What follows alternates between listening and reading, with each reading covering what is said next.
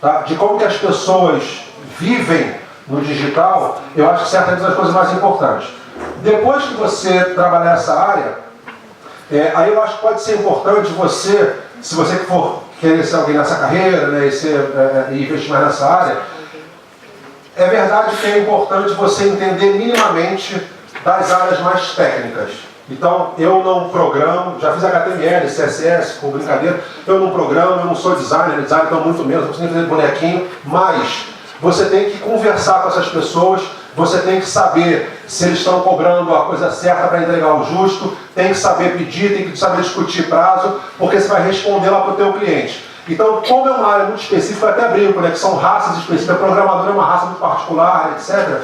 Então é importante que você entenda a ponto de conversar e saber tomar decisões gerenciais com base naquilo. Ou seja, uma decisão que você vai passar em vários momentos da sua carreira é: fazemos o site em plataforma aberta, como o WordPress, por exemplo, ou em plataforma fechada, tá? Como uma plataforma da Adobe, ou sei lá, um SharePoint, não sei como é que for a empresa, embora não seja muito indicada para site, né? Então, aberta ou fechada, prós e contras.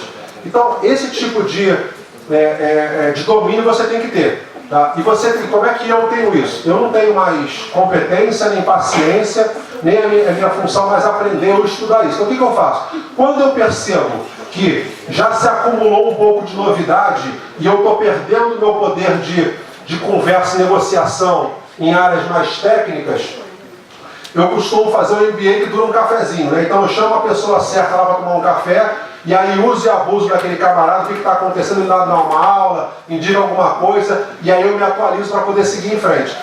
Fiz isso recentemente com todos os pormenores da área de automação de marketing.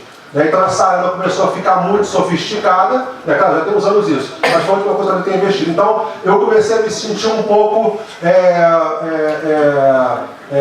pouco capacitado para trocar ideia com fornecedores técnicos ou estratégicos em áreas que tinham correlação com automação de marketing, mexer com CRM, mexer com BI, etc. E quando eu comecei a ver que eu estava ficando para trás nisso, ou eu já não estava conseguindo enrolar bem que fosse, eu falei, não, agora tem que voltar a estudar isso, porque se a opção que você tem é ser um profissional de qualidade, um diretor de uma grande empresa, então é o custo da liderança, vamos dizer assim, né? Não que eu seja líder em nada e não que tenha outro melhor do que eu.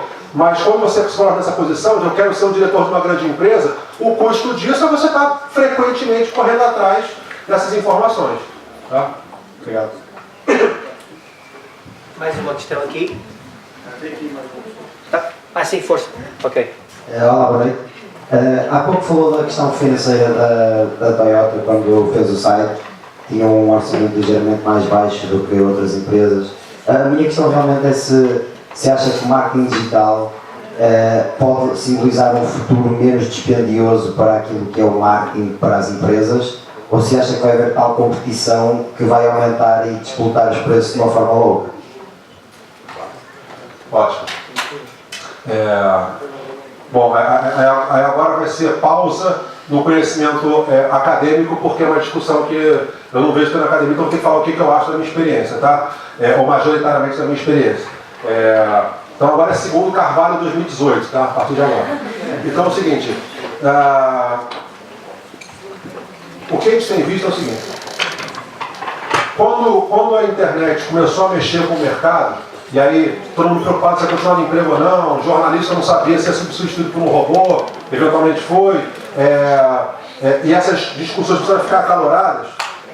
Eu tive um professor que na época me deu um artigo eu acho que era um britânico, que estudava vários momentos de uma pancada tecnológica muito forte no mundo organizacional, né, e tentava ver o que se acontece, e óbvio que existem alguns padrões.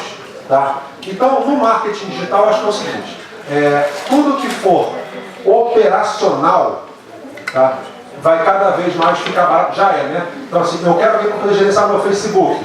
Você consegue estagiário de graça, ou então você consegue um chinês, ou então um paquistanês, literalmente, você pode fazer isso, tá? Que está lá em outro local, conteúdo, etc., e consegue cobrar mais barato. Agora, de maneira prevista, vamos colocar assim, a parte intelectual começou a ficar mais valorizada, mais escassa e mais cara. Né? Então, quer dizer, a partir do momento que ficou tão fácil fazer site, rede social, qualquer Zé Mané coloca 50 euros no Facebook, já está colocando no Facebook. Como ficou muito fácil, né, quase que terráqueos estão fazendo isso, né? Eu não tenho nenhuma zona de segmentação, então terráqueos estão fazendo. Então virou sal, então eu preciso do seguinte, eu preciso de pessoas que pensem para poder, no meio daquele deserto de sal, saber o que vale a pena investir, o que vale a pena trabalhar ou não. Essa discussão acontece muito no ambiente das agências, tá? Agências de comunicação, de publicidade, e acredita-se que você vai ter alguns grupos grandes que vão virar quase que brokers, né? Então eu vou demandar esse cara sabe pensar, estruturar e gerenciar fornecedores, e ele vai atrás de quarteirizados, quinteirizados, né, para poder pegar a mão de obra, e eu sei que vai me vender um pouco mais caro, mas eu estou contratando ele pensar e gerenciar. Isso para mim vale a pena gastar dinheiro com isso. Tá? E aí gastar com o Facebook não. Então eu acho que é meio que um ciclo que vai se repetindo, e aí é aquela história. Por isso que eu falo assim, cara, sabe, não estuda, sabe assim, quer dizer, não estuda Facebook. Tenta dosar melhor o tempo que vocês estão preocupados em ficar feras em Instagram, e tentem ficar feras em marketing, estratégia, em gestão, em planejamento, porque isso que vai ser cada vez mais caro. Tá? Principalmente nesse mundo de gurus, que a preocupação com anabolizante, né, tanto surgiu o Growth Hack. Growth Hack, para mim, isso é o novo endomarketing. Né? Que ninguém vai ser endomarketing, que é um brasileiro maluco que traduziu o livro errado do Christian Groho de Internal Marketing, traduziu como endomarketing e falou que ele que inventou. Então, quer dizer, o Growth Hack é isso, né? É um preguiçoso que não estudou, quer dizer, então não vai ser Growth Hack, tá? Quem for aqui ganhar dinheiro com isso, tem nenhum, minha visão, e eu posso estar errado. O camarada preguiçoso não estudou, então para ele é confortável dizer assim, não precisa estudar, né? Tem que só fazer os macetes. Só que fazer esse macete é colar na prova da escola. É um camarada que vem lá, fica no último lugar, dorme na escola, então vai para a praia, e depois senta atrás do CDF e cola. Deu um Growth Hack na escola. Né? Então tudo hoje em dia é Growth Hack. Só que imagina você fazer um Growth Hack numa operação de coração. Não dá. Então você não vai tratar a sua empresa dessa maneira. Então eu acho que é o seguinte, quanto mais, eu vou até dizer mais, cada vez que eu vejo, tá, eu classifico, né, certa casta nessa raça digital como zumbis. Né? O zumbi é aquele cara que está morto, não sabe que está morto e continua andando, né? Continua Walking Dead. Então, quanto mais eu vejo a proliferação de zumbis, que a gente sabe que contamina, um cara morre lá, o outro e vai indo, quanto mais eu vejo isso, mais eu fico desesperado para poder voltar para casa e estudar, porque eu morro de medo de alguém algum dia me confundir com alguém assim. Né? Porque se você com um zumbi, ele te mata na rua também e te tira a sua cabeça. Né? Então, com esse medo, eu fico assim, eu estudo para fugir desse mercado. Então, obviamente, acaba sendo a recomendação que eu dou agora. Apesar de me preocupar muito com a academia, estudar artigo, fazer pós, etc., saber aplicar esse conhecimento no mundo real, aí, bicho, aí você vai nadar de braçada, porque realmente é muito difícil. É muito difícil e muito valorizado. Tá? Quem mais? Mais uma? Eu queria fazer uma questão, até em seguimento desta. Hoje em dia nós vemos um fenómeno que está no LinkedIn, que são pessoas que trabalham marketing digital, que fazem imensas palestras e que lançam livros e tudo mais.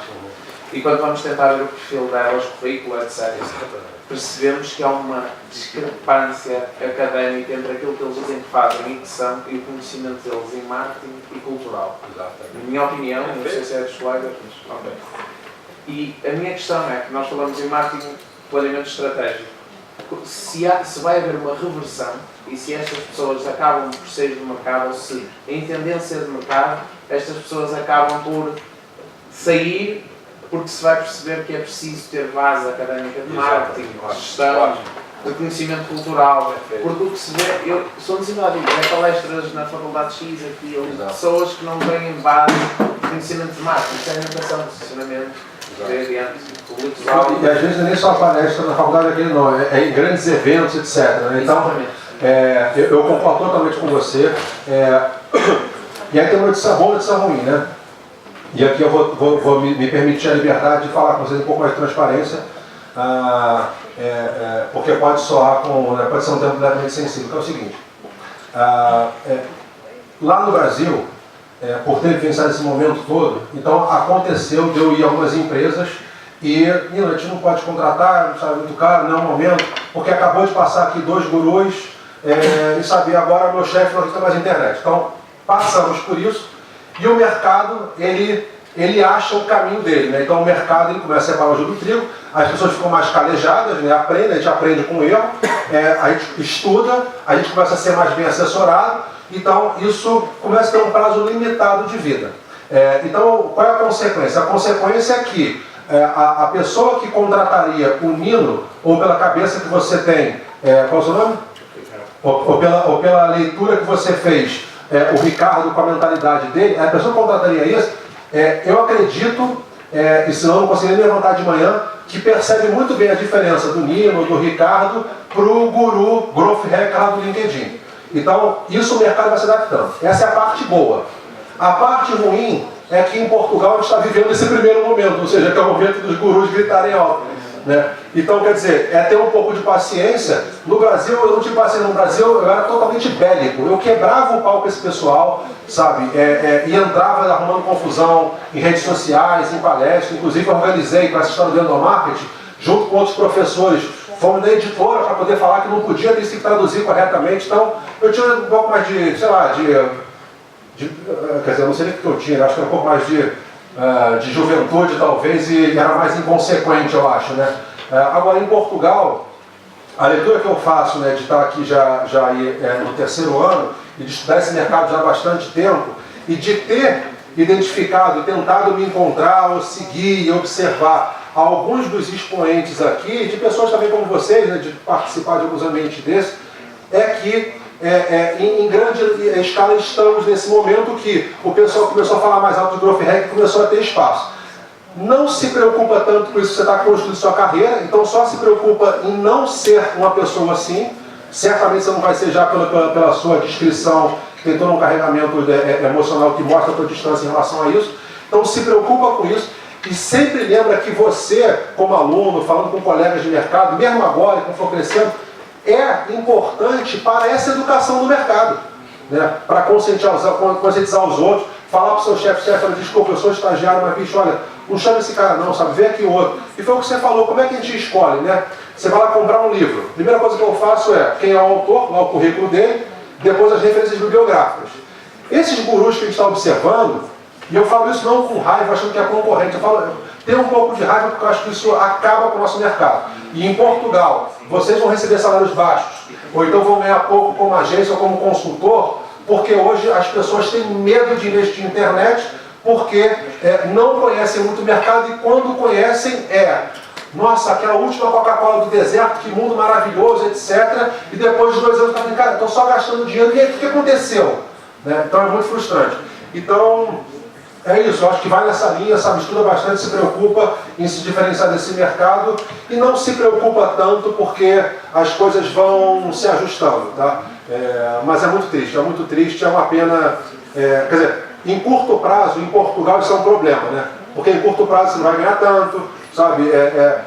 Eu não tenho nenhum problema aqui em falar, eu cheguei a tentar conversar com alguns desses gurus, para tentar, gurus não, desculpa, é muito pejorativo, com esses profissionais de mercado, tem muitos bons, vale dizer, tá? Pelo amor de Deus, tem muitas pessoas boas aqui, várias inclusive, tá? E muitas pessoas boas que não aparecem, que estão lá na diretoria de uma empresa, que usa rede social, né? Que são aqueles caras mais reservados.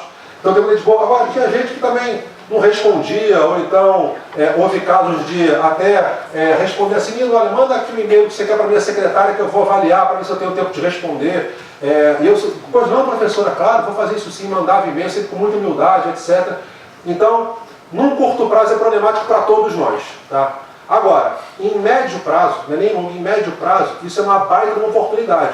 Porque num ambiente que só tem zumbi, quem consegue olhar para cima, né, e ter uma machadinha, vai ficar livre. Né? Então se preocupe em não ser zumbi e se manter com as machadinhas. As machadinhas serra-elétricas são os instrumentos de marketing que vão te capacitando, né, para você poder andar nessa selva. Então, em médio prazo, quando o mercado conseguir voltar para a superfície e olhar de uma outra maneira, ele vai perceber assim, não, tá bom, esse aqui vem para cá, esse aqui esquece, aquilo ali é piadinha, então vai ficar mais claro. Tá? Vai nessa linha que você está indo bem, cara. O que mais, pessoal? Pode falar algo que eu ouço. A tecnologia há um dia permitir. Chego lá, só vai. Sozinho.